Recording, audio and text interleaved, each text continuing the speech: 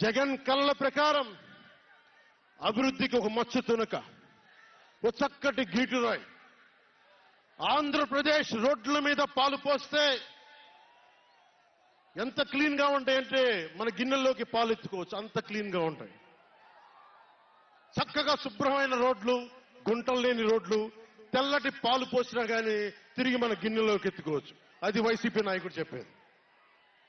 స్కూల్లో మనకి school finish చేయగానే, కాలేజీలు పూర్తవగానే అమెరికా నుంచి, ఇంగ్లాండ్ నుంచి, విదేశాల నుంచి పరిగెత్తుకుంటాకొచ్చి మన విద్యార్థులను తీసుకెళ్లిపోతున్నారు వైసీపీ పాలనలో. అంత గొప్పగా ఉంది. ఉద్యోగాలు ఏ మూలకెళ్ళినా కిళ్ళీ కొట్లను, బడ్డీ కొట్లను విరివిగా దొరికేస్తున్నాయి. కత్తిపోట్లు, గాయాలు, మర్డర్లు సినిమాల్లో తప్ప పాపం మన వైసీపీ పాలనలో ఎక్కడా లేవు. పిల్లలు కూడా ఇది మర్డర్ అంటే ఏంటి, పుడుచుకోవడం అంటే ఏంటి అని చూస్తున్నారు. ఈ 5 ఏళ్ల వైసీపీ పాలనలో క్లీన్ రోడ్స్ ఉన్నాయని, ఉద్యోగాలు అద్భుతంగా ఉన్నాయని, స్కూల్స్ విద్యార్థుల్లో పట్టభద్రులు అయిపోయి అందరికి ఉద్యోగాలు వచ్చేస్తున్నాయని ఒకటి పగటికల్లో ఉన్నారు. రోడ్ల మీద వెళ్లాలంటే రోజులు అయిపోతా ఉన్నాయి. అందుకే కొంచెం కష్టమైన డబ్బులు తెచ్చి హెలికాప్టర్లు కట్టి ఇక్కడ సభాస్థల్లో దిగుతున్నాం.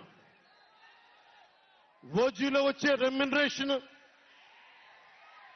ఓజీలో వచ్చే సినిమా డబ్బులు, కేజీ బియ్యం కూడా కొనకుండా హెలికాప్టర్లకు పెడతా ఉన్నాం.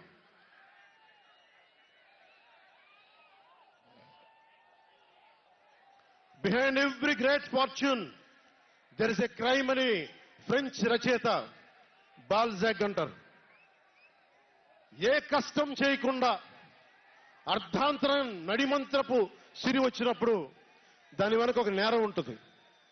ఇది సూక్తి యొక్క సారాంశం. క్లాస్ వార్ అని చెప్పే జగన్ 5 కోట్ల మంది ప్రజల రాష్ట్రాన్ని 5 మందికి తాకట్టు పెట్టాడు. వైఎస్ జగన్ రెడ్డి, పెద్దిరెడ్డి రామచంద్రారెడ్డి, సజ్జల రామకృష్ణారెడ్డి, మిథున్ రెడ్డి, వైవి సుబ్బారెడ్డి, మిగతా అందరూ కలుపుకొని వీరు 5 మంది కోసం 5 కోట్ల మంది ప్రజలు ఈరోజు మనం తిప్పలు పడతా ఉన్నాం, కష్టాలు పడతా ఉన్నాం.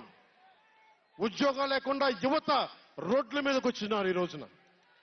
ఇది మారాలి. ఏదైనా మాట్లాడదామంటే గూండాలతో బెదిరింపులు, రౌడీలతో దాడులు.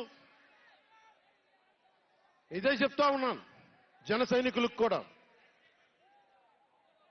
మబ్బుల్లో పరిగెత్తే పిడుగులాంటి మన జన సైనికులకు చెప్తున్నా, వైసీపీ గూండాయిజాన్ని చూసి భయపడకండి. మనం ఉన్నాం.